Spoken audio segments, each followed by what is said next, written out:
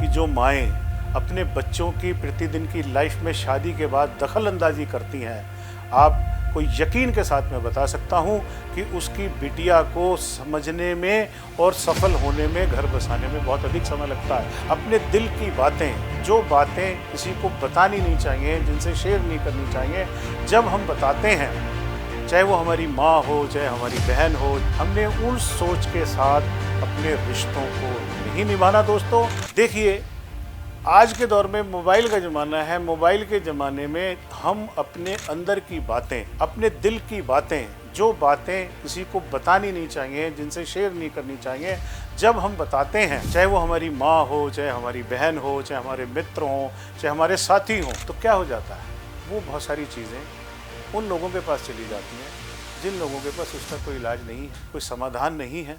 तो हम क्या बन जाते हैं? हंसी का पात्र बन जाते हैं। फिर एक ईगो होती है, जब वो हमें उसे हंसी में बदल कर हम तक वापस पहुंचाते हैं, तो हमारे मन में एक अलग तरह की ठेस लगती है। दोस्तों, बात करना बहुत अच्छी बात है, दिनचर्या की बातें बताना भी बहुत अच्छी बात है।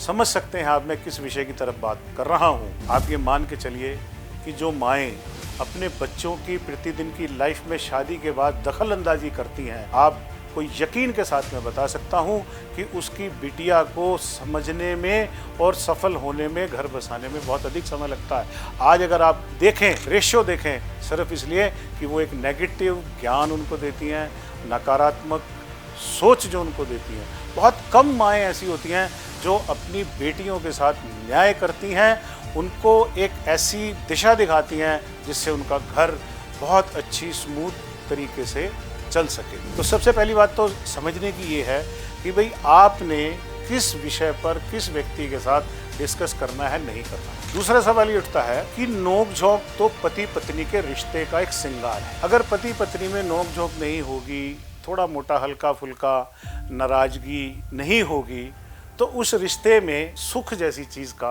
अनुभव नहीं होता। हम रूठेंगे जब भी तो हमें कोई मनाएगा, जब हम रूठेंगे ही नहीं तो हमें कौन मनाएगा। ये इस रिश्ते का एक बहुत बड़ा श्रृंगार है। रूठना, मनाना, दोनों पति और पत्नी का एक अपना अपना जज्बा है, जज्बात है। मोहब्बत किसे कहते हैं? मोहब्बत जब बढ़ती है जब हम किसी से रूठ जाते हैं या हमसे कोई रूठ जाता है, और जब हम उसे मनाने का प्रयास करते हैं तो मोहब्बत जो है वो अपना रूप दिखाती है। आज रिश्तों में मोहब्बत जैसी चीज़, प्यार जैसी चीज़, सहन शक्ति जैसी चीज़ खत्म होती है। मैं आप सभी लोगों से एक ही बात कहना चाहता हूँ, क्योंकि वीडियो के माध्यम से मैं बहुत ज़्यादा बातें नहीं कर सकता। आपको ये यकीन दिला सकता हूँ कि यदि आप इस चीज़ की परिस्थिति को समझकर जीवन को जीने का प्रयास करेंगे, एक दूसरे की रिश्ते को, गरिमा को समझेंगे, एक दूसरे को इज्जत और मोहब्बत और प्यार और लगाव के साथ जीना शुरू करेंगे, कंपटीशन नहीं करेंगे, एक दूसरे के साथ प्रतिस्पर्धा अगर हम करते रहेंगे तो हम पति पत्नी नहीं,